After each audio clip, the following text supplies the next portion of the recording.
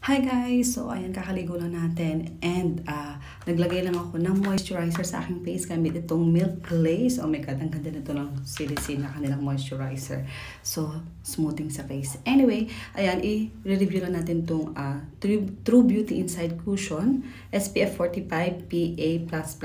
So, ayan, itag ko na lang siguro dyan yung unboxing nito or gawa ko ng video separate kasi 1 minute lang tayo dahil nagmamadali din tayo.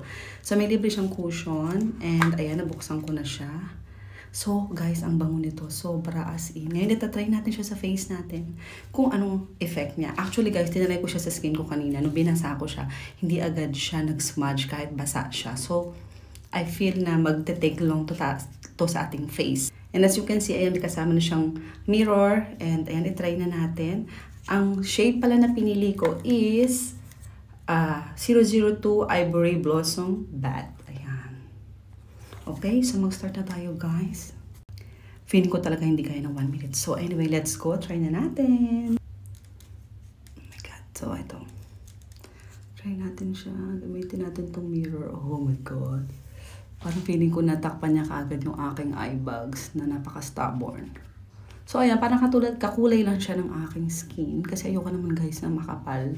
Hindi mabigat yung pakiramdam niya sa face kapag in-apply niyo siya. So ayan lang siya. Dab lang. So, ayan guys, done na. Parang wala naman siya masyadong difference. As in, thin lang kasi yung nilagay ko. Hindi masyadong makapal. Ayun yun lang yung gusto ko, lightweight. Dati kasi ito yung ginagamit ko, itong Peripera. As you can see guys, as in, ubus ko na to. Wala na akong masagad sa kanya. Wala na. Maganda din to guys. Highly recommended ko to kung gusto nyo mag-try ng mga cushion. Okay, itong Peripera. So, tatapusin ko na ang aking pag-aayos ng face. Ayan. And i-update ko kayo mamaya. So, ayan siya guys. Okay naman siya so far. And maganda naman siya sa skin. May glow siya. And na-cover niya din yung aking konting pimple marks. So, that's it. Thanks for watching. I'll see you on my next one. Bye!